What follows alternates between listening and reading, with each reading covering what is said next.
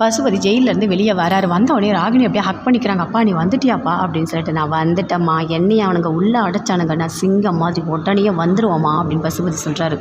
ஆனால் அந்த காவேரி குடும்பத்தை ஒரு வழி பண்ணாமல் விட மாட்டேன் அப்படின்னு பசுபதி சொல்கிறார். ஆமாப்பா விடக்கூடாதுப்பா, அந்த காவேரி குடும்பத்தை ஏதாவது பண்ணி தான்ப்பா ஆகணும் அப்படின்னு சொல்லிட்டு ராகினி அப்படியே கோவமாக பேசுகிறாங்க. சரி வாமா, வந்துட்டோம்ல, நம்ம போய் காவேரியை பார்க்கலாம் வா அப்படின்னு சொல்லிட்டு பசுபதி அங்கேருந்து போகிறாரு.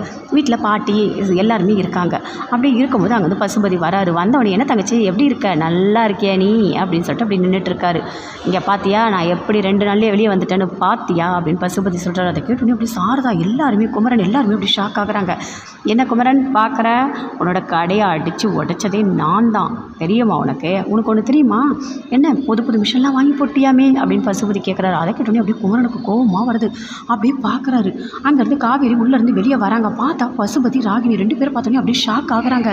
என்ன இவங்க 2 பேரும் வந்துட்டாங்க, வா காவேரி வா, உன்னை பார்க்க தான் வந்தோம் அப்படின்னு சொல்லிட்டு பசுபதி ராகினி 2 பேருமே நக்கலாக பேசுகிறாங்க.